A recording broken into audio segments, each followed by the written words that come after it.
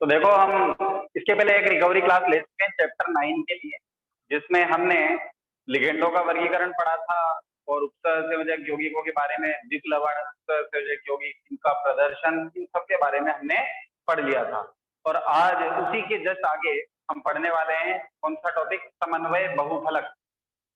हम समन्वय बहुफलक पढ़ने के बाद क्या पढ़ेंगे, होमोलेप्टिक और हेट्रोलेप्टिक संकुल। क्या पढ़ेंगे इसके बाद, होमोलेप्टिक हेट्रोलेप्टिक संकुल, और उसके बाद में सीधा आईयूपीएसी नामकरण, और उसके पश्चात फिर वर्नर थ्योरी और फिर बैलेंस बॉन्ड। जैसा कि इन सबको करने में टाइम लगेगा, ऐसे नहीं है कि हम आधे घंटे में सब चीजें सीख जाएं। भाई जो चैप्टर आपने 20-25 दिन से चल रहा हो तो वो कोई 1 घंटे के क्लास में इतनी जल्दी कवर करवाना संभव नहीं है, अपन भी जानते हैं।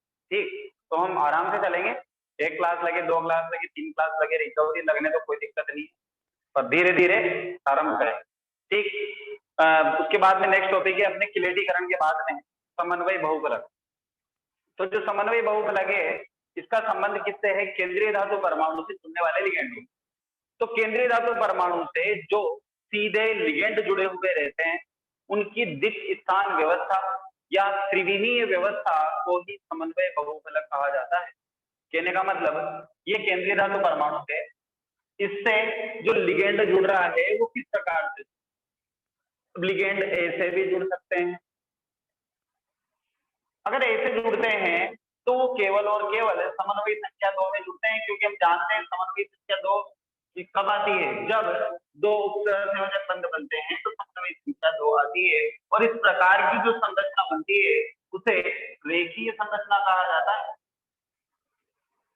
अगर मान लो ये लिगेंड इस प्रकार से ना जुड़े, किसी और त्रिविमीय व्यवस्था से जुड़े, तो समन्वय संख्या 3 पर, समन्वय संख्या 3 पर त्रिभुजीय व्यवस्था आती है, समन्वय संख्या 4 पर चतुष्फलकीय व्यवस्था आती है या वर्गाकार कुंतलीय व्यवस्था आती है, समन्वय संख्या 5 पर, समन्वय संख्या 5 पर कौन सी व्यवस्था आती है, त्रिभुजाकार द्विपिरामिडी, और समन्वय संख्या 6 पर वर्गाकार द्विपिरामिडी या अष्टफलकीय संरचना हमें प्राप्त होती है। तो केंद्रीय धातु परमाणु से जो लिगेंड विभिन्न दिशाओं से आक्रमण कर रहे हैं, उस आक्रमण के फलस्वरूप एक निश्चित ज्यामिति, एक निश्चित संरचना का निर्माण होता है।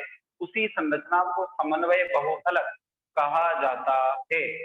समझ में आ गई क्या परिभाषा, बोलो।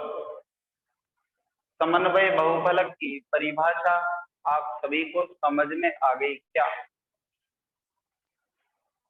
ये किस पर डिपेंड करती है, कोऑर्डिनेशन नंबर पर डिपेंड करती है। जब समन्वय संख्या 2 होता है तो उस दौरान जो आकृति या संरचना होती है वो कैसी आती है, रेखीय आती है। जब समन्वय संख्या 3 होती है, समन्वय संख्या 2 का मतलब आप तो जानते हैं, 2 उपसंयोजक बंध बनेंगे केंद्रीय धातु परमाणु के साथ। 3 का मतलब क्या है, 3 उपसंयोजक बंध बनेंगे केंद्रीय धातु परमाणु के साथ, इसके लिगेंड। 3 पर क्या बनती है, त्रिभुजीय बंध। त्रिभुजीय का मतलब क्या हुआ, धातु परमाणु से 3 लिगेंड उपसंयोजक बंध बना रहे हैं, त्रिभुजीय इस तरह। ये देखो तो त्रिभुजीय संरचना बन जाएगी। 4 पर चतुष्फलकीय संरचना हमको प्राप्त होती है या वर्गाकार कुंतलीय संरचना हमको प्राप्त होती है। कैसे होती है, देखो जब केंद्रीय धातु परमाणु से चारों ओर 4 लिगेंड इस प्रकार से अगर व्यवस्थित होते हैं, इस तरह से, तो इसको हम चतुष्फलकीय संरचना कहते हैं। 4 लिगेंड इस तरह से अगर आक्रमण करते हैं तो इसको चतुष्फलकीय कहते हैं। लेकिन यदि 4 लिगेंड इस तरह से वर्गाकार समतल में आक्रमण करते हैं केंद्रीय धातु परमाणु पर, इस प्रकार 4 लिगेंड चारों कोनों से आक्रमण करें तो इसको हम वर्गाकार समतलीय संरचना। इसी प्रकार समन्वय संख्या 5 पर त्रिभुजाकार द्विपिरामिडी और समन्वय संख्या 6 पर अष्टफलकीय या वर्गाकार द्विपिरामिडी संरचना को ऑब्टेन होती है। यही चीज क्या कहलाती है, समन्वय बहुफलक, कोऑर्डिनेशन पॉलीहेड्रा। क्लियर है क्या टॉपिक, बोला भाई। यह बिंदु सभी बच्चों के क्लियर है क्या? तब तो हम अगले टॉपिक पर चलें। किसी को दिक्कत हो तो बोलो। किसी बच्चे को दिक्कत हो तो बोलो। मैंने म्यूट भी नहीं किया आपको, शायद कर देता हूँ। कर रखा है? चलो आगे बढ़ते हैं नेक्स्ट टॉपिक पर। समन्वय बहुफलक के बाद नेक्स्ट टॉपिक है होमोलेप्टिक और हेट्रोलेप्टिक समतुल्य। तो देखो, होमोलेप्टिक और हेट्रोलेप्टिक दोनों शब्दों में एक ही चीज की भिन्नता है, होमो और हेट्रो। अभी केवल समन्वय बहुफलक पढ़ाया है अदिति, केवल समन्वय बहुफलक कोऑर्डिनेशन पॉलीफेक्टर, और ये भी मैं वीडियो डाल दूंगा रिकवरी की भी, वहां से छूट जाए जो दोबारा कवर कर देना, ठीक है। यहाँ बस मैं लिखा नहीं रहा हूँ इस रिकवरी क्लास में, केवल समझा ही समझा रहा हूँ, क्योंकि लिखाने का काम मैं पूर्व कक्षाओं में कर चुका हूँ। आगे बढ़ते हैं। होमोलेप्टिक और हेट्रोलेप्टिक कॉम्प्लेक्स संकुल। होमो का मतलब होता है समान और हेट्रो का मतलब होता है असमान। तो शब्दों का अर्थ पता होना चाहिए पहले हमें। होमो मतलब समान, हेट्रो मतलब असमान। समान का मतलब ये है यहाँ पर, यदि केंद्रीय धातु परमाणु से जुड़ने वाले जो लिगेंड हैं वे एक जैसे रहे, एक ही दाता परमाणु हो, तो फिर वो कहलाते हैं होमोलेप्टिक। समान दाता परमाणु हो, समान लिगेंड हो, एक जैसे लिगेंड हो, तो क्या कहलाते हैं? होमोलेप्टिक। जबकि यदि केंद्रीय धातु परमाणु से जुड़ने वाले लिगेंड अलग अलग प्रकार के होते हैं या दाता परमाणु के भिन्न भिन्न होते हैं, तो उनको कहते हैं हम हेट्रोलेप्टिक समतुल्य।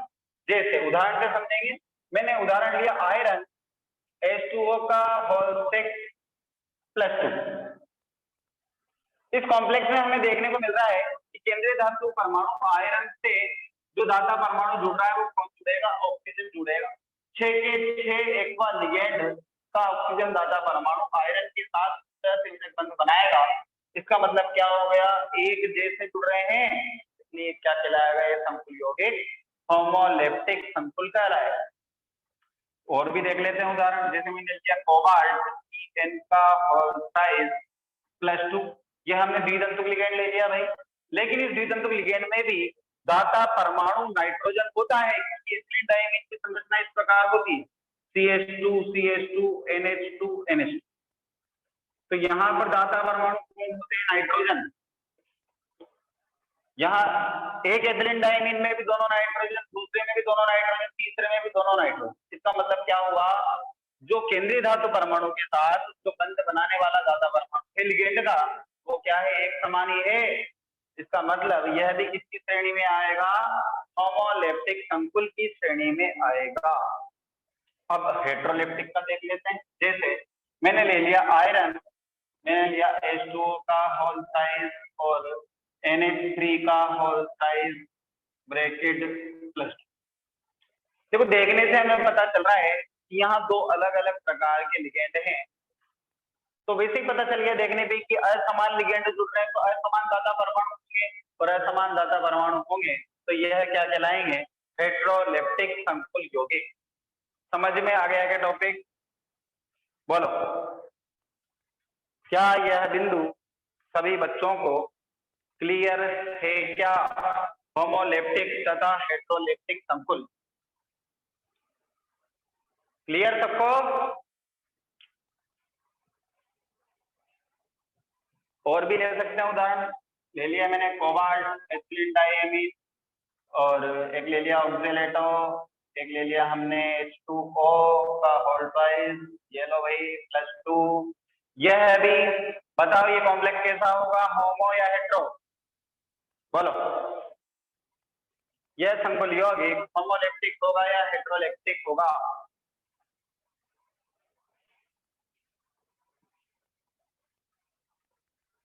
Heteroleptic obviously. दो दाता परमाणु ऑक्सीजन, यहाँ ऑक्सीलेटो में भी दो दाता परमाणु ऑक्सीजन, लेकिन लिगेंड भी अलग अलग, और एथिलीन डाइमीन में नाइट्रोजन, तो वैसे ही होमोलेप्टिक कॉम्प्लेक्स हो गया है। ठीक है, ये टॉपिक कंप्लीट। अब आते हैं हम सीधे IUPAC नामकरण।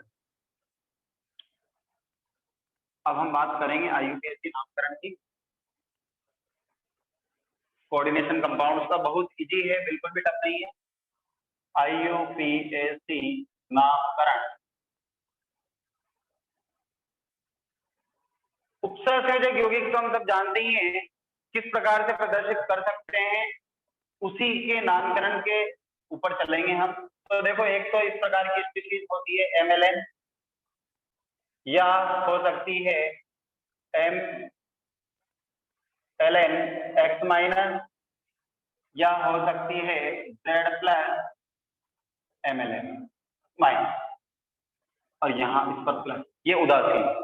तो देखो, जो उपसर्जक एंटिटी है वो उदासीन भी हो सकती है, वो एंटिटी धनावेशित भी हो सकती है, वो एंटिटी ऋणावेशित भी हो सकती है। तो जो उदासीन और धनावेशित एंटिटी होती है, जब संकुल यौगिक में उदासीन या धनावेशित एंटिटी होती है तो उनका नामकरण एक ही प्रकार से किया जाता है, जबकि ऋणावेशित एंटिटी जब होती है तो उसमें थोड़ा सा चेंजेज आता है। इसलिए हमने यह दो प्रकार के फॉर्मेट बनाए हैं।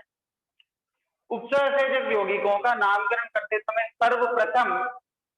सर्वप्रथम अगर आयन पहले आ रहा है तो धनायन का नाम लिखा जाता है, और यदि आयन पहले नहीं आ रहा है तो उपसर्जक एंटिटी के नामकरण के समय सबसे पहले लिगेंड का नाम लिखा जाता है। सबसे पहले किसका नाम लिखते हैं भाई? लिगेंड का नाम लिखते हैं। अब यहां देखो, लिगेंड का नाम किस में लिखते हैं? उदासीन एंटिटी हो चाहे धनावेशित एंटिटी हो, सबसे पहले किसका नाम लिखेंगे हम? लिगेंड। अब लिगेंड का नाम लिखते समय हमें एक बात ध्यान रखनी होती है कि लिगेंड संख्या में एक से ज्यादा भी तो हो सकते हैं, लिगेंड अलग अलग प्रकार के भी तो हो सकते हैं। तो पहले किसको लिखा जाए? तो इसके लिए अल्फाबेटिक ऑर्डर निर्धारित किया जाता है।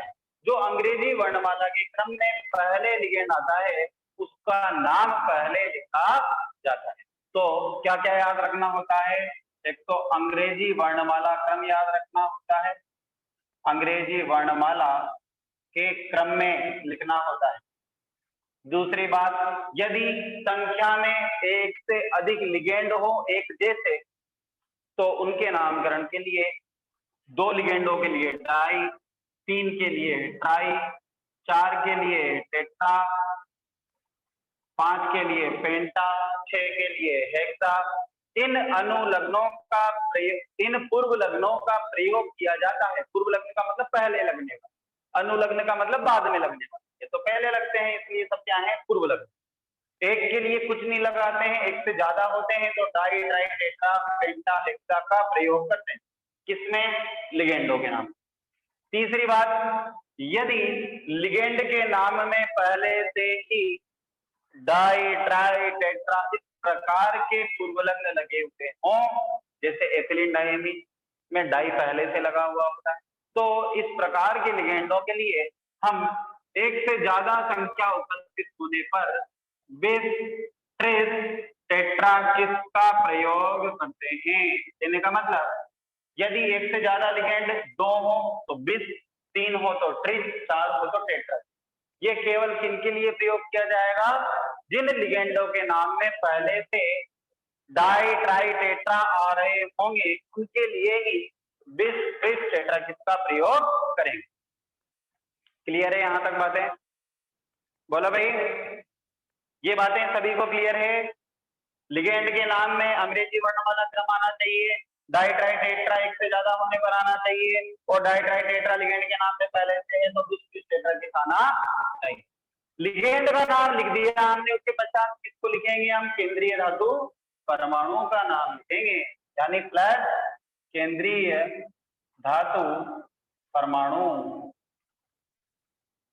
केंद्रीय धातु परमाणु का नाम लिखने के पश्चात हम ब्रैकेट में लगाएंगे ऑक्सीडेशन स्टेट, और वो भी किसमें लिखेंगे? In Roman letter.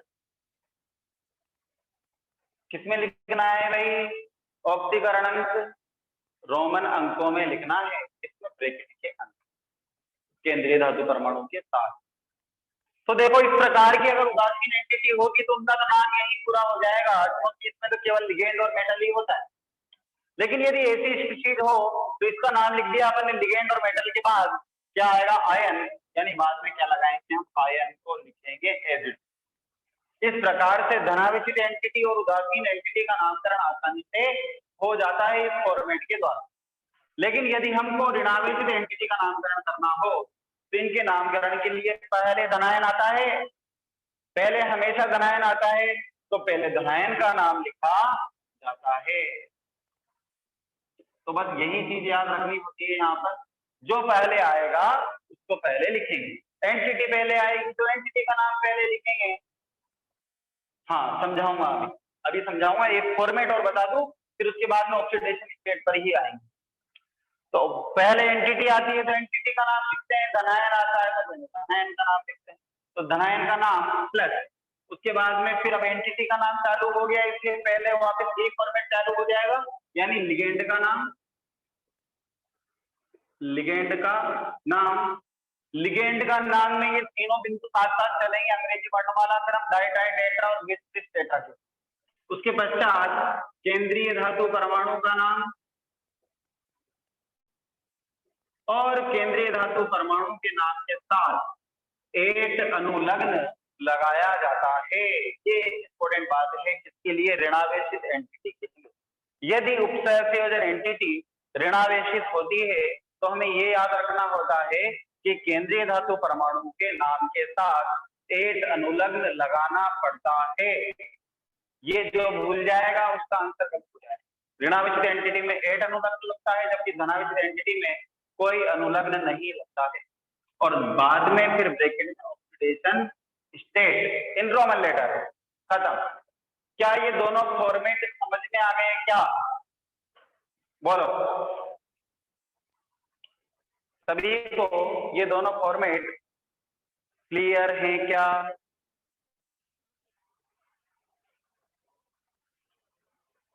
बताओ भाई।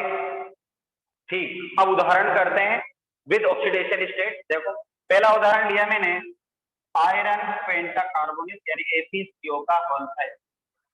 बताओ मुझे ये जो आपको यौगिक दिख रहा है वो इस उदाहरण का है, इसका है, इसका है? मैंने नंबर दे दिया इनको, 1 नंबर, 2 नंबर, 3 नंबर। बताओ ये उदाहरण किस फॉर्मेट का है? 1 नंबर का, 2 नंबर का, 3 नंबर का?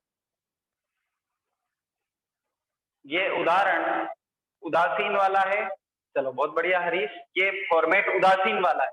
दैट मीन्स हमें क्या करना है, या सबसे पहले ऑक्सीडेशन स्टेट कैलकुलेट करेंगे, और जिसकी भी ऑक्सीडेशन स्टेट कैलकुलेट करना होता है उस परमाणु को हम X मान लेते हैं। तो देखो हमें आयरन का ऑक्सीकरणांक निकालना है, तो क्या माना हमने X प्लस कार्बोनिल कितने हैं 5, इसलिए हमने लिख दिया 5 इंटू कार्बोनिल होता है उदासीन लिगेंड, आपको दिखाया गया है लिगेंडों के वर्गीकरण। क्यों होता है उदासीन? क्योंकि इस पर ना तो धनावेश पाया जाता है ना ऋणावेश पाया जाता है, इसलिए क्या है उदासीन, इसलिए 5 इंटू 0 लिखेंगे। धनावेशित होता तो जितना चार्ज होता उतना लिखते थे, ऋणावेशित होता तो जितना नेगेटिव चार्ज होता उतना लिखते, लेकिन ये उदासीन है इसलिए 5 इंटू 0 बराबर। इस ब्रैकेट के बाहर यहाँ चार्ज की 0 है इसलिए बराबर में 0, यानी x बराबर 0, यानी इस यौगिक में आयरन का ऑक्सीकरण कितना है 0। समझ में आ गई क्या बात? 0 ऑक्सीकरण। तो देखो अब इसका नाम लिखना है, सबसे पहले किसका नाम लिखेंगे? लिगेंड का। लिगेंड कौन है? कार्बोनिल। संख्या में 1 से ज्यादा है, 1 से ज्यादा को क्या लगाते हैं? Die tetra. 5 के लिए क्या लगाते हैं? 5 के लिए क्या लगाते हैं? पूर्वलग्न। जब संख्या में 1 से ज्यादा लिगेंड हो तो 5 लिगेंडों के लिए क्या लगाया जाता है बताओ? पेंटा। तो यहाँ क्या लिख देंगे हम? पेंटा कार्बोनिल, क्योंकि इस लिगेंड का नाम क्या है? कार्बोनिल। तो पेंटा कार्बोनिल। लिगेंड के नाम के बाद क्या आएगा? केंद्रीय धातु परमाणु कौन है? आयरन। तो सीधा लिख देंगे हम आयरन, ब्रैकेट में ऑक्सीकरण कितनी? 0। बस हो गया नाम पूरा। बताओ ये उदाहरण सबको समझ में आ गया क्या?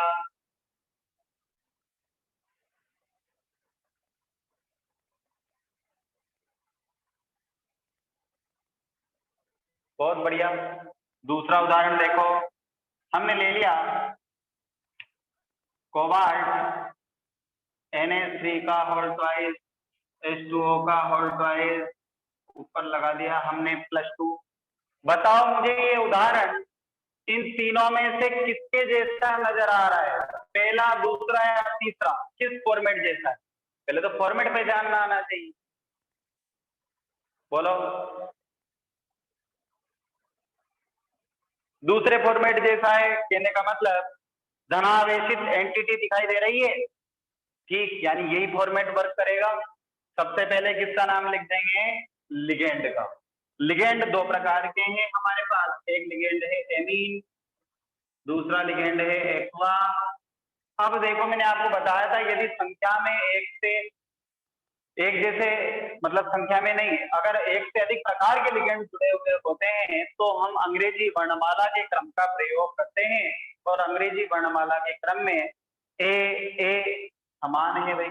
अगर पहला अक्षर एक जैसा आ जाए तो दूसरा अक्षर मैच करते हैं, दूसरा अक्षर एक जैसा आ जाए तो तीसरा मैच करते हैं, तीसरा आ जाए तो चौथा करते हैं, मगर पीछा नहीं छोड़ते हैं। जब तक हमें आंसर नहीं मिल जाए तब तक पीछा नहीं छोड़ते। तो पहला अक्षर तो समान है, दूसरा अक्षर में एम और क्यू आ रहा है। बताओ एम और क्यू में अल्फाबेटिक ऑर्डर में पहले कौन आता है, एम या क्यू? बताओ भाई, एबीसीडी, एम। एक आध के क्यू तो नहीं आ रहा ना? चलो बढ़िया। चलो देखो, सबसे पहले इसकी ऑक्सीडेशन स्टेट निकाल ले हम कोबाल्ट की। हमने इसको माना एक प्लस, एमीन लिगेंड कितने हैं, दो, तो 2 इंटू एमीन लिगेंड पर भी कोई आवेश नहीं होता है, ना धनावेश ना ऋणावेश, अर्थात ये भी उदासीन लिगेंड है, इसलिए 2 into 0 plus H2O aqua ligand भी उदासीन होता है, इस पर भी ना धनावेश ना ऋणावेश होता है, इसलिए 2 है, तो 2 इंटू 0 बराबर। देखो इस ब्रैकेट के बाहर चार्ज दिखाई दे रहा है, तो ये जो चार्ज होता है ब्रैकेट के बाहर, इसको हम RHS में एज इट इज लिखते हैं, हमने लिख दिया। ऑक्सीडेशन स्टेट निकालनी है, एक्स बराबर कितनी आ जाएगी, +2, ये ऑक्सीडेशन स्टेट आ गई। अब नामकरण करना है, तो बताओ पहले एमीन का नाम लिखेंगे, कितने एमीन है, 2, तो क्या लिख देंगे, डाई एमीन। हो गया क्या, 2 थे इसलिए डाई, और एमीन क्योंकि अल्फाबेटिक ऑर्डर में एमीन पहले आता है एक बार। अब क्या लिखेंगे, डाई एक्वा। फिर धातु परमाणु का नाम कौन है, कोबाल्ट। फिर ब्रैकेट में ऑक्सीडेशन स्टेट रोमन अंकों में सेकंड आंसर। चलो ये उदाहरण सभी को समझ में आ गया क्या?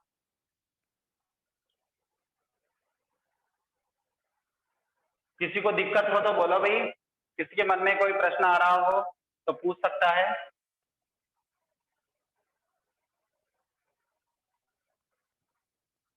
अब इसका उदाहरण करेंगे हम एक इस फॉर्मेट का, जिसको स्क्रीनशॉट लेना है वो ले लो ताकि मुझे जगह मिल जाएगी करने के लिए। जिसको आवश्यकता है स्क्रीनशॉट की वो ले लो भाई।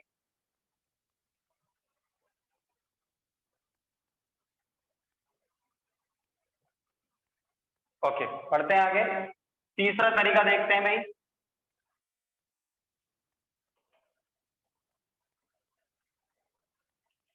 देखो भाई, हमने तीसरा उदाहरण लिया, K4FeCN का होल 6, ये कॉम्प्लेक्स दे रखा था। बताओ मुझे ये फॉर्मेट किसके जैसा नजर आ रहा है आपको, ये वाला पहले वाले फॉर्मेट जैसा है, दूसरे वाले जैसा है, तीसरे वाले जैसा, बताओ। तीसरे वाले जैसा नजर आ रहा है, क्यों आ रहा है देखना समझना।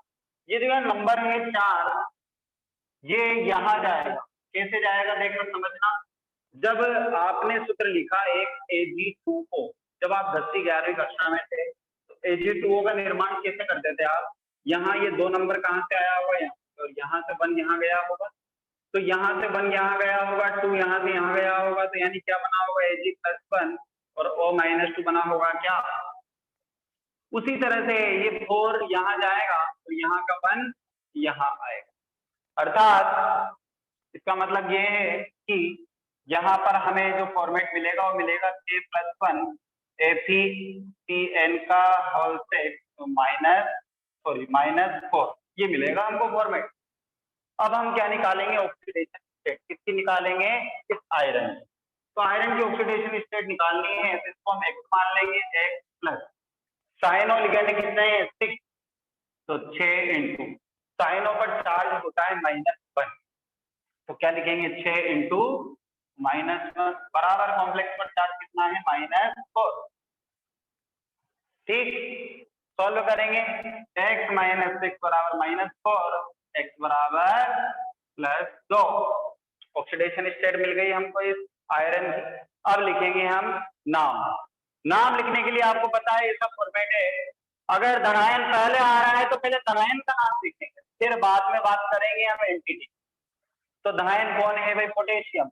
धनायन का नाम डायरेक्ट ए से लिखा जाता है, चाहे उस पे 4 लग रहा हो, 5 लग रहा हो, 2 लग रहा हो, 1 लग रहा हो, उससे कोई मतलब नहीं है। ये 4 2 3 1 जो भी आता है ये केवल चार्ज सेपरेट करने का काम करता है। ऐसे नहीं लिखना है टेट्रा पोटेशियम, बस इसी चीज का ध्यान रखना होता है हमको समझने के। 4 का मतलब टेट्रा पोटेशियम नहीं होगा, केवल क्या होगा पोटेशियम धनायन।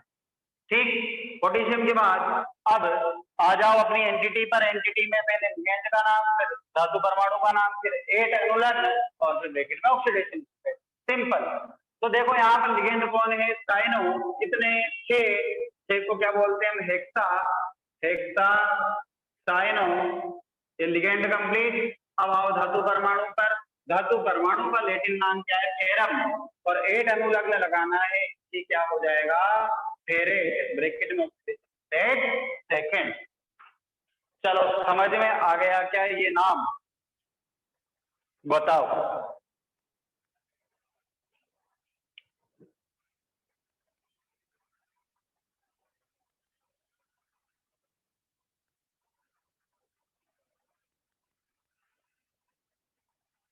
बोलो भाई, क्या ये नाम इस यौगिक का आपको समझ में आ गया क्या?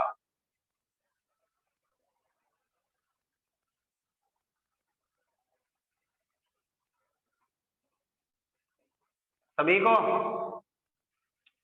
किसी को दिक्कत? किसी को कोई प्रॉब्लम?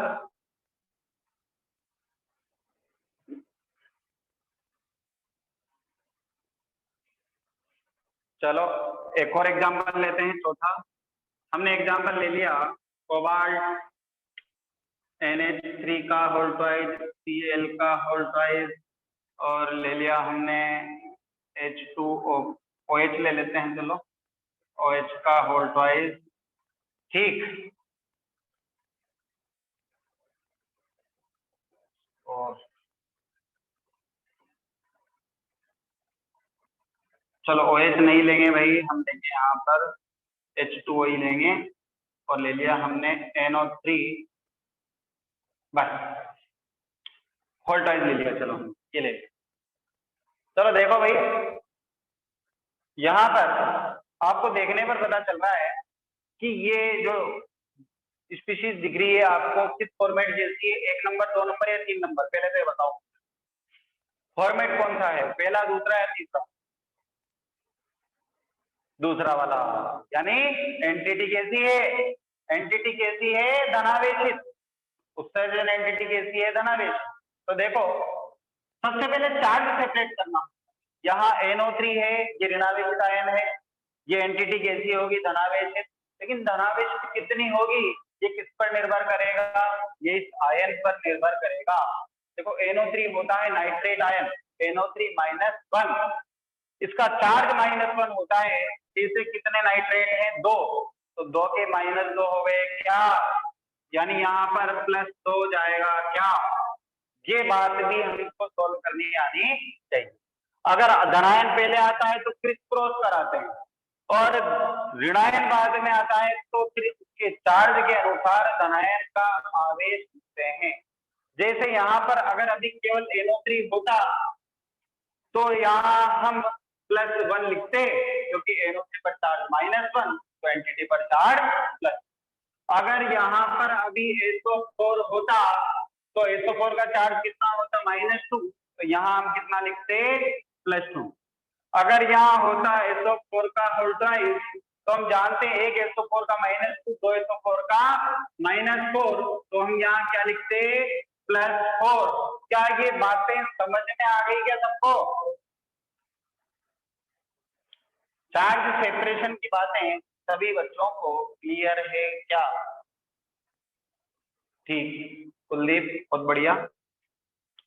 तो हम जो कर रहे थे उसी को ले लेते हैं हम। हमने लिया था NO3 होल ट्वाइस, तो NO3 एक का -1, तो NO3 का -2, तो यहाँ कितना जाएगा +2।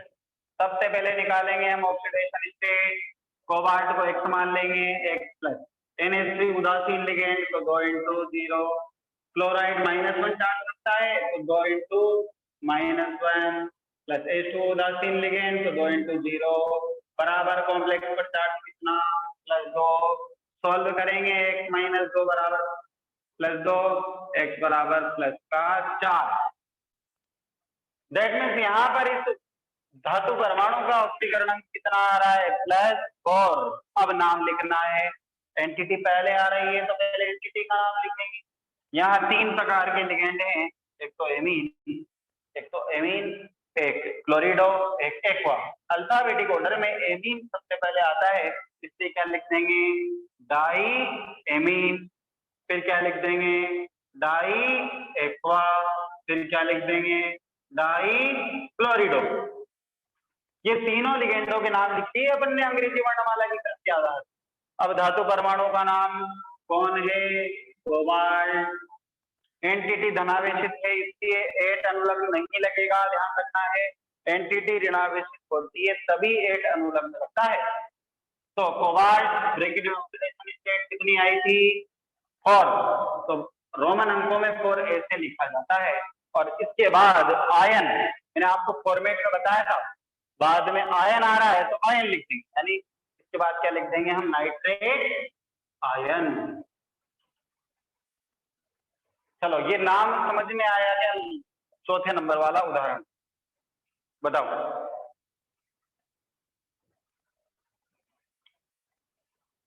सभी को क्या हो भाई, सभी को आ गया क्या?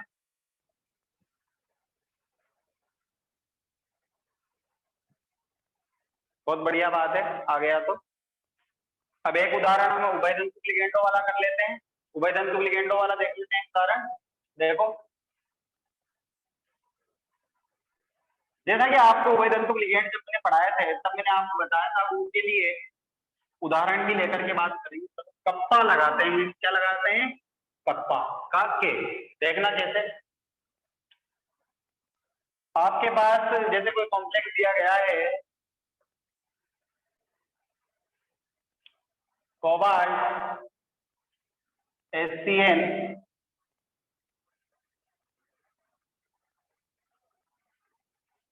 चलो HCN भी मतलब आप ONO ले लेते हैं, कोबाल्ट ONO और ट्वाइस NO2 भी ले लेते हैं भाई, ताकि एक में ही दोनों को हम क्लियर कर दें।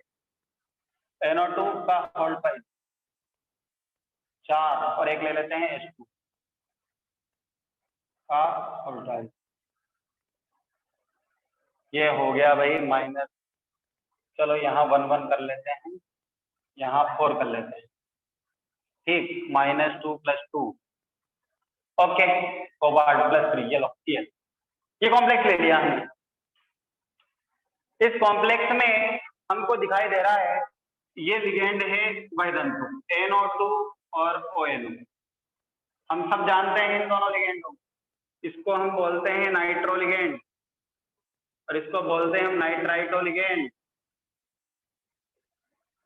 तो मैंने आपको बताया है जो पहले वाले जो लिगेंड हैं उनके लिए आप सप्पा वप्पा कुछ भी मत लगाओ, कोई दिक्कत नहीं है, लेकिन इनके बाद वाले जो हैं इनके जोड़े में उनके लिए कप्पा लगाना जरूरी है, लगाया जाता है, उससे उस कॉम्प्लेक्स की शान बढ़ती है और हमें इजीली पता चल जाता है कि ये बाद वाला लिगेंड है।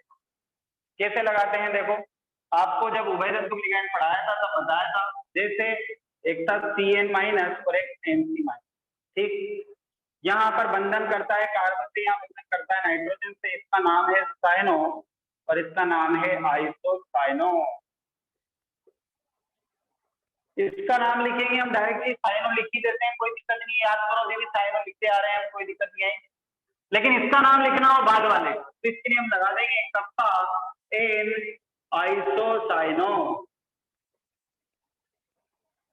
समझ में आ रही है क्या बात? कप्पा का के टेन क्यों लिख रहे हैं? क्योंकि नाइट्रोजन से बॉन्डिंग कर रहे हैं, डाटा परमाणु कौन है? नाइट्रोजन। तो कप्पा एन आइसोसाइन। ऐसे ही हमें जहां ONO में ऑक्सीजन से बॉन्डिंग करेगा, ONO माइनस है, NO2 भी माइनस है, यहाँ नाइट्रोजन से बॉन्डिंग करेगा, यहाँ ऑक्सीजन से बॉन्डिंग करेगा, तो यहाँ ऑक्सीजन से अगर बॉन्डिंग करेगा तो इसके लिए क्या लिखेंगे हम? कप्पा ओ नाइट्राइटो। समझ में आई है क्या बात?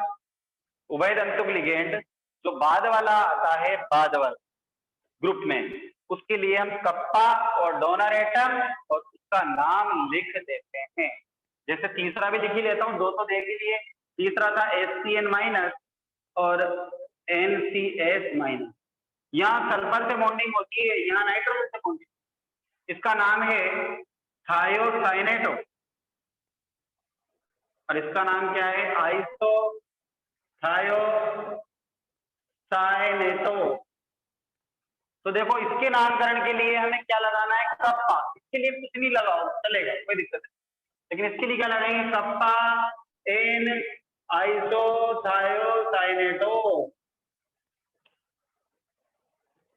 समझ में आ गया है क्या? बाद वाले जो है उभयतंतुक लिगेंड की कैटेगरी में तीन ही तो लिगेंड पढ़ा है मैंने आप। पहले वालों के लिए कुछ भी मत लगाओ, सामान्य लिगेंड का नाम लिखो, लेकिन जो बाद में आते हैं उनके लिए कप्पा का के लगाना है और जो डोनर एटम होता है उसको भी लिखना है और ऐसे सामान्य नाम लिख देना है। ये काम करना है। सभी को क्लियर है क्या ये बात? बोलो भाई, क्या ये बात सभी बच्चों को क्लियर है?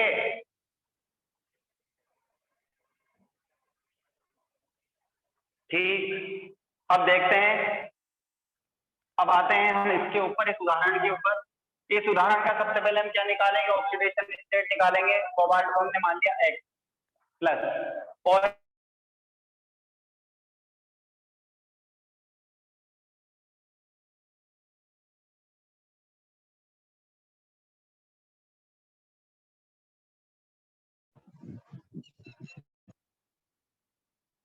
X प्लस 1 × -1 प्लस NO2 भी उधर -1 चार्ज रखता है, इसलिए 1 × -1 प्लस एक्वा उदासीन होता है, इसलिए 4 × 0 बराबर। क्लोराइड पर -1 चार्ज होता है, तो यहाँ कॉम्प्लेक्स पर +1 चार्ज जाएगा क्या? यानी RHS में बराबर +1 लिखेंगे क्या? सॉल्व करेंगे तो x-2 बराबर +1, x बराबर प्लस का 3। ये आ गई इसका समीकरण अंक। 3 लिगेंड उपस्थित है हमारे पास यहाँ पर, नाइट्राइटो, नाइट्रो और एक्वा।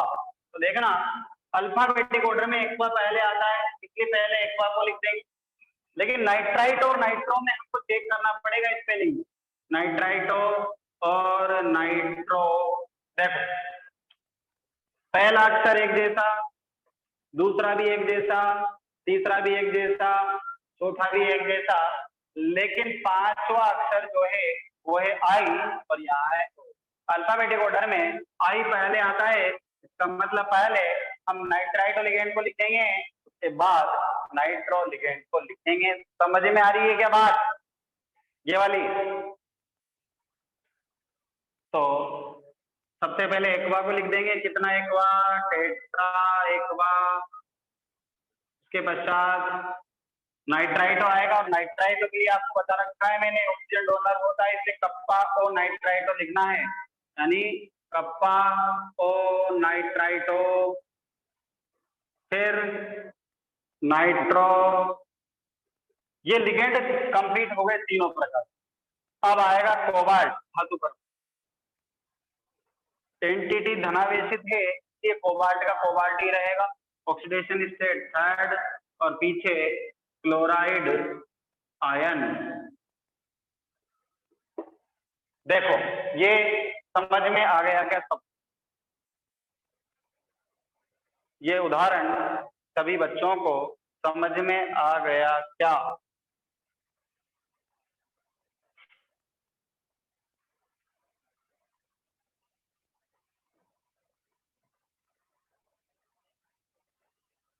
बोलो भाई, बहुत बढ़िया, कंप्लीट। एक और सेतु लिगेंडो वाला भी कर लेते हैं, सेतु लिगेंडो वाला भी कर लेते हैं एक उदाहरण। इसमें किसी को दिक्कत हो तो कह दो भाई अभी भी, इस उदाहरण में किसी को प्रॉब्लम हो तो बता दीजिए, अन्यथा सेतु लिगेंड के उदाहरण पर चलेंगे। जैसे मैंने ले लिया H2O का सल्फर कोबाल्ट OH, एक ले लिया मैंने NH2, एक ले लिया मैंने आयरन, एक ले लिया मैंने क्लोरिडो, ये लो भाई, और ये ले लिया मैंने लास्ट में चलो ले लिया NO3 ही ले लिया, और काफी है, काफी है भाई। हमको दिखाई दे रहा है यहाँ पर ये सेतु लिगेंड उपस्थित हैं, और जिनमें सेतु लिगेंड उपस्थित होते हैं उनके नामकरण के लिए म्यू पूर्व लग्न का प्रयोग किया जाता है, यानी जो सेतु लिगेंड है उसके नाम के पहले म्यू लगाएंगे। तो यहाँ क्या हो जाएगा, म्यू हाइड्रोक्सो, यहाँ क्या हो जाएगा म्यू अमीडो। NH2 लिगेंड क्या होता है, -1 चार्ज रखता है, नाम क्या है एमिडो। ठीक, तो इनमें भी चेक करेंगे अल्फाबेटिक ऑर्डर में पहले कौन आता है। ठीक, तो इसका नाम हम सीधे सीधे ही करते हैं, कोई परेशान होने की जरूरत नहीं है, लाइन से नाम करना है। पहले ये धातु उसका लिगेंड, फिर सेतु लिगेंड, फिर धातु और उसका लिगेंड, ये 3 फॉर्मेट बन गए अलग अलग। ये फॉर्मेट एक उत्सर्जन एंटिटी जैसा बन गया, ये अलग बन गया है सेतु लिगेंड, और ये फॉर्मेट अलग बन गया एक उत्सर्जन एंटिटी जैसा, ग्रुप्स बन गए MLN MLN MLN, ये एक MLN, ये एक MLN और ये सेतु लिगेंड। तो इनके लिए हम क्या करेंगे, सबसे पहले ऑक्सीडेशन स्टेट निकालेंगे, और ऑक्सीडेशन स्टेट यहाँ पर 2 धातु परमाणु हैं तो उनके लिए 2x मानना पड़ेगा क्या, तो 2x मानेंगे, ये मान लिया हमने 2x प्लस एक वाला लिगेंड उदासीन कितने 4, तो 4 × 0 प्लस 2x, तो इनके लिए आ गए 1 और 2x कंप्लीट हो गए। तो पहले OH पर -1, NH2 पर -1, तो 1 है तो 1 × -1 प्लस 1 × -1 प्लस ये भी कंप्लीट दोनों, क्योंकि दोनों पर -1 चार्ज होता है। उसके बाद आयरन के लिए एक पहले आ गया, क्लोरिडो कितने 4, तो 4 है तो 4 × -1 होगा बराबर NO3 पर चार्ज होता है -1, 2 है तो -2 है इस पर, तो कॉम्प्लेक्स पर कितना गया +2 गया क्या, देखो सॉल्व करना है, 2 1 -2 -4 बराबर +2, 2x बराबर +2 +1, 2x बराबर +8 और x बराबर +4, यानी इस धातु परमाणु का ऑक्सीकरण अंक भी 4 और इस धातु परमाणु का ऑक्सीकरण अंक भी 4। क्या ये ऑक्सीकरण अंक निकालना समझ में आ गया क्या, बोलो।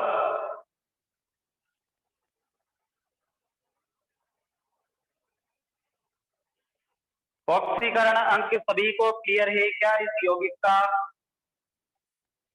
बहुत बढ़िया बात है, क्लियर है। तो अब नाम लिखना है, नाम लिखने का तरीका आपको बता रहा हूं, सीधे सीधे चलेंगे, पहले ये एंटिटी, फिर सेतु लिगेंड, फिर ये एंटिटी। तो देखो कैसे, एंटिटी में पहले लिगेंड का नाम लिखते हैं, लिगेंड कौन सा है एक्वा, कितने 4, तो क्या लिख देंगे टेट्रा एक्वा। फिर धातु परमाणु कौन है कोबाल्ट, तो कोबाल्ट ब्रैकेट में ऑक्सीडेशन स्टेट कितनी 4, ये कंप्लीट हो गया पोर्शन। अब इसका नंबर, सेतु लिगेंड है इसलिए म्यू लगाते हैं, तो लगा देंगे म्यू हाइड्रोक्सो और एमिडो, अल्फाबेटिक ऑर्डर में पहले एमिडो आता है, एमिडो ए से चालू होता है AMIDO, और हाइड्रोक्सो HY से चालू होता है, अल्फाबेटिक ऑर्डर में एमिडो पहले आया, इसलिए क्या लिख देंगे म्यू एमिडो, फिर म्यू हाइड्रोक्सो। सेतु लिगेंड भी कंप्लीट। अब इस एंटिटी में चलेंगे, पहले लिगेंड का नाम लिखते हैं एंटिटी में,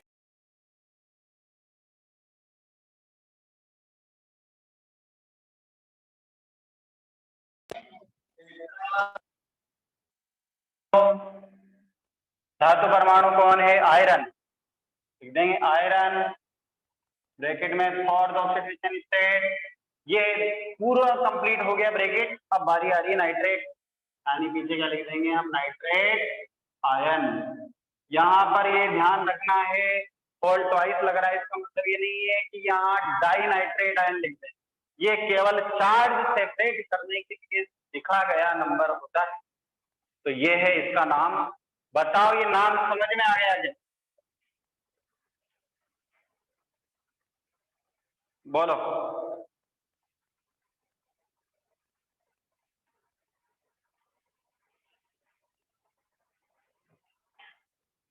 सभी को ये नाम समझ में आ गया भाई?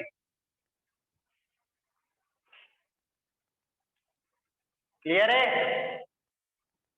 चलो तो अब आप लोगों को क्या करना है, प्रैक्टिस करनी है। बुक में बहुत सारे एग्जाम्पल्स दिए हुए हैं, उन सबको सॉल्व कर लें। और मेरी वीडियोस जो पुरानी मैंने पढ़ाया है उससे संबंधित देख लें।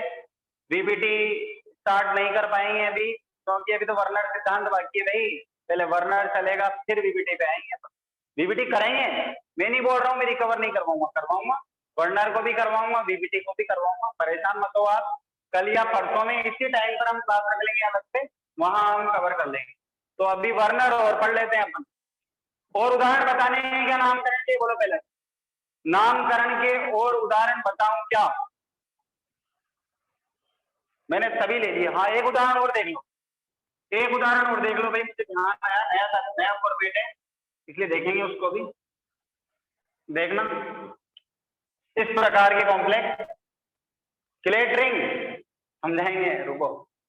एक कॉम्प्लेक्स और देख लो एक बार। मैंने ले लिया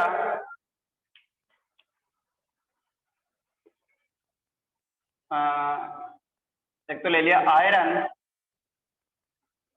H2O का होल ट्वाइस और Cl का होल ट्वाइस, और एक लगा लिया मैंने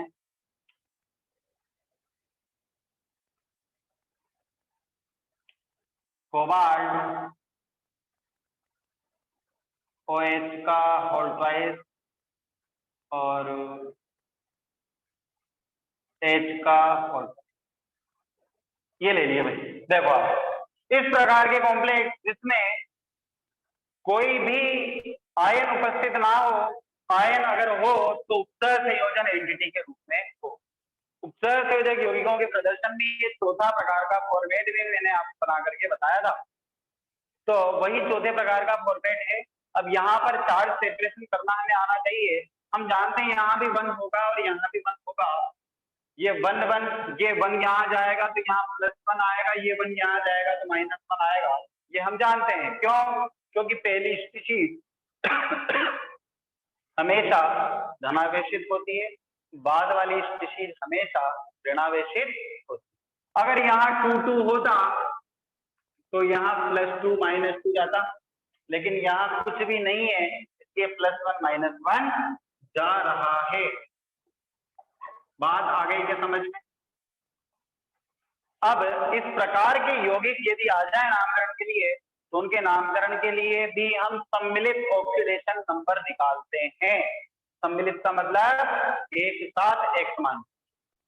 तो आयरन और कोबाल्ट को हमने 2x मान लिया, प्लस H2 उदासीन है तो क्या लिख देंगे 2 × 0 प्लस क्लोरिडो -1 रखता है तो 2 × -1 प्लस कोबाल्ट के लिए देख पाई गया हाइड्रोक्सो -1 रखता है 2 × -1 प्लस ये H है -1 हाइड्राइडो लिगेंड तो कितना आ जाएगा 2 × -1 बराबर कॉम्प्लेक्स पर चार्ज कितना आ रहा है भाई +1 और -1। आप चाहो तो लिख लो लेकिन वो 0 हो जाता है। +1 -1 = 0 हो जाएगा भाई, दोनों कट जाएंगे एक दूसरे से। तो इच्छा हो तो लिख लो, नहीं लिखना चाहो तो 0 लिख लो। सॉल्व करेंगे 2x -2 -2 बराबर 0, 2x बराबर 2 + 2 + 2, 2x बराबर +6 और x बराबर +3। दैट मीन्स इस धातु परमाणु का ऑक्सीकरण भी +3, इसका ऑक्सीकरण भी +3। ऑक्सीकरण में निकल गया क्या? अब हम लिखेंगे नाम। तो नाम लिखने में पहले इस एंटिटी का नाम लिखेंगे, फिर इस एंटिटी का नाम लिखेंगे और काम खत्म। तो देखो कैसे, यहाँ एक्वा लिगेंड है, अल्फाबेटिक ऑर्डर में पहले आता है, इसलिए क्या लिखेंगे हम डाई एक्वा, पहले लिगेंड का नाम, फिर डाई क्लोरिडो, फिर हम यहाँ आयरन लिख देंगे, फिर आयरन ब्रैकेट में ऑक्सीडेशन स्टेट कितनी है 3rd। ये एंटिटी कंप्लीट। अब इसकी बारी आ रही है, लिगेंड है हाइड्राइड और हाइड्रोक्सो। चेक करो अल्फाबेटिक ऑर्डर में पहले कौन आता है, बताओ आप, बताओ हाइड्राइड और हाइड्रोक्सो में पहले कौन आता है?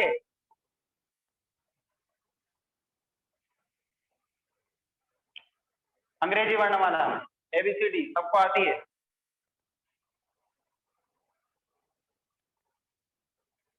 हाइड्राइडो सही है भाई। एच समान, वाई समान, डी समान, आर समान, लेकिन आई और ओ में आई पहले आता है, इसलिए पहले इसको लिखेंगे।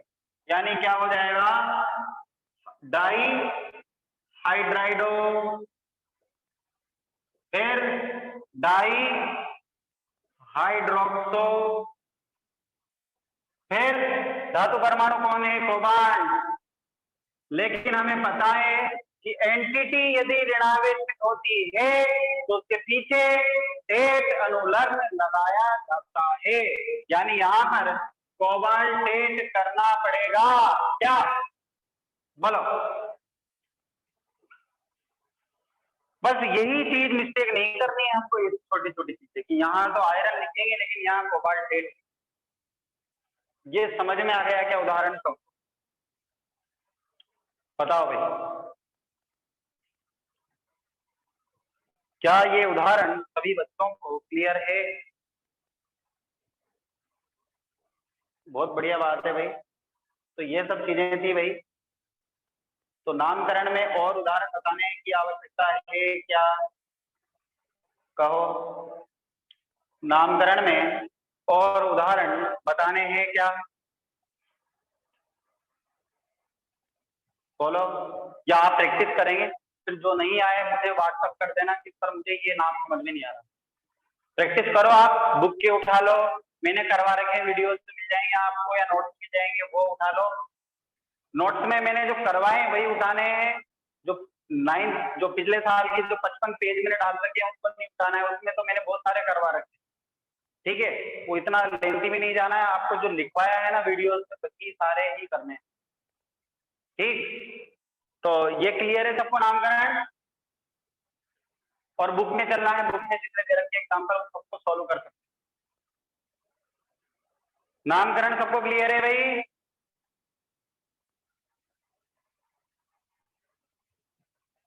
बहुत बढ़िया। अब देखो वर्नर और वीबीटी, इसको नेक्स्ट क्लास में ले लेंगे हम, क्योंकि अभी चालू भी कर दूंगा तो कंप्लीट तो होगा नहीं। तो वर्नर और वीबीटी को नेक्स्ट क्लास में ले लेंगे, और वीबीटी तक ही कवर कराऊंगा मैंने आपको जैसा कि बोला था। और बाकी फिर थोड़े दिनों में ऐसा सुनने में आ रहा है कि ऑफलाइन होने ही वाली है, हो सकता है कि 21-22 से हो जाए, तो ज्यादा है परेशान नहीं होना पड़ेगा हमको इस मोबाइल के अंदर। हम डायरेक्टली कांटेक्ट करेंगे, डायरेक्टली मिलेंगे फिर। ठीक है, तो आज के लिए इतना ही रखते हैं, यहाँ तक का कवर करें आप, और इसके आगे जो वीडियोज है उनको देखें। मैं 3 या 4 दिन बाद लगाऊंगा क्लास, ताकि आप वीडियो को देख करके कवर कर लें। वर्नर और वीबीटी की वीडियो आप देख करके रखें पहले, और जब मेरे से आप रिकवरी में पढ़ेंगे आपको बड़ी आसानी से समझ में आएगी सारी चीज। पर उस वीडियो को कवर करके रखें एक बार। मैंने वीडियो में हिंट भी दे रखा है डिस्क्रिप्शन में कि कहाँ वीबीटी है, कहाँ वर्नर है, सबका हिंट दिया हुआ है डिस्क्रिप्शन में, जब आप वीडियो को देखें। ठीक है, ओके भाई, आज के लिए इतना ही करेंगे। बाकी जो भी कह रहे थे, हाँ एक बीच में किसी ने बोला था, कौन सा, किलेट, किलेट वाले बता देता हूँ थोड़ा सा, कि जो बहुतंतुक लिगेंड होते हैं वे एक वलयनुमा संरचना का निर्माण करते हैं केंद्रीय धातु परमाणु के साथ, जैसे एथिलीन डाइमीन। इसको देख लो, जिसको जाना है वो जा भी सकता है भाई, जिसको देखना है देख लो किलेट वाले को। एथिलीन डाइमीन लिगेंड है, ये ऐसा होता है CH2CH2, जो कि एक द्वितंतुक लिगेंड है। यह द्वितंतुक है, इसलिए क्या करता है, ये 2 बंध बनाता है केंद्रीय धातु परमाणु के साथ। तो यहाँ पर एक वलयनुमा संरचना का निर्माण हो रहा है। इस वलयनुमा संरचना को किलेट वलय कहते हैं। यानी बहुतंतुक लिगेंड जब केंद्रीय धातु परमाणु के साथ एक वलयनुमा संरचना का निर्माण करते हैं, इसे किलेट वलय कहते हैं। जो लिगेंड उसमें पार्टिसिपेट करता है उस लिगेंड को किलेट लिगेंड कहते हैं, और यह संपूर्ण प्रक्रिया किलेटीकरण कहलाती है। इसके लिए मैंने आपको एक सूत्र बताया था, किलेट वलियों की संख्या याद करने का सूत्र, जितने दंतुक लिगेंड होता है उसमें से 1 माइनस कर दो, वही उसमें वलियों की संख्या होती है। जैसे ये द्विदंतुक लिगेंड है, इसलिए यहाँ वलय 1 बनती है। अगर पंचतंतुक लिगेंड होता तो 4 वलय बनती, षटतंतुक लिगेंड होता तो 5 वलय बनती, त्रितंतुक लिगेंड होता तो 2 वलय बनती। समझ में आ गया क्या? शायद दीपक ने पूछा था भाई ये बात। दीपक समझ में आ गया क्या?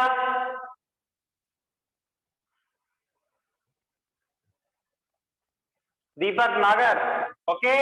बाकी मिलेंगे कल सेम टाइम, हमारा मॉर्निंग 8:15 पे जो हमारा टाइम रहेगा क्लास। और ये नहीं पढ़ेंगे अब, जो हमारा कंटिन्यू टॉपिक चल रहा है ना आइसोमरेज, उस टॉपिक को पढ़ेंगे।